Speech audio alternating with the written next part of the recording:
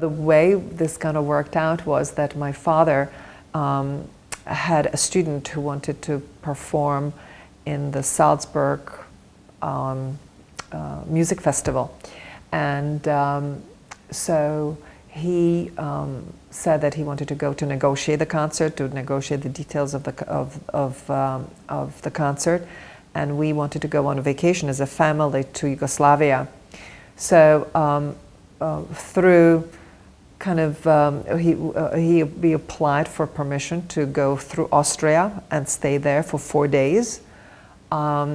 And we didn't necessarily expect that we were going to get the permission as a family to leave and do that, because we could have been told, oh, don't go through Austria, go as a family, go through Hungary, and then for my father to go alone and negotiate the concert in Austria.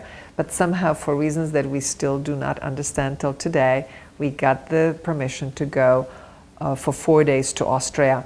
So on April 17th of 1969, we drove down toward the southern border, and we couldn't see the signs because the snow was sticking to the signs, and so we got lost. And of course, I think my father was a little nervous, and and then we got through to the Austrian border, to the Czech-Austrian border, and the officials at the borders, they kind of had a sense that we were escaping, and they made us come out of the car.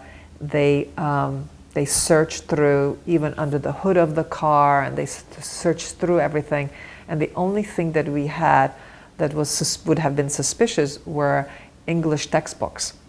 We had, because we knew that we wanted to either come to the United States or to go to an English-speaking country, and we were not sure that we would be able to find textbooks. So somehow my father took these textbooks, and so we were nervous about that, because why would we have been taking English textbooks to Austria? But they didn't find the textbooks. So my father had sort of hidden them, and so they didn't find the textbooks. And then finally, when we drove through, which was around like 5 o'clock in the morning on April 18th, we then went through the Austrian part of the border, and there the Austrians just basically saluted us. They looked at our papers, and then they allowed us to come in. And once we got across the border, we just stopped the car, and we just sat and couldn't believe that we got across the Iron Curtain, and that, you know, we were in a free country, and that we escaped the oppressive communist country.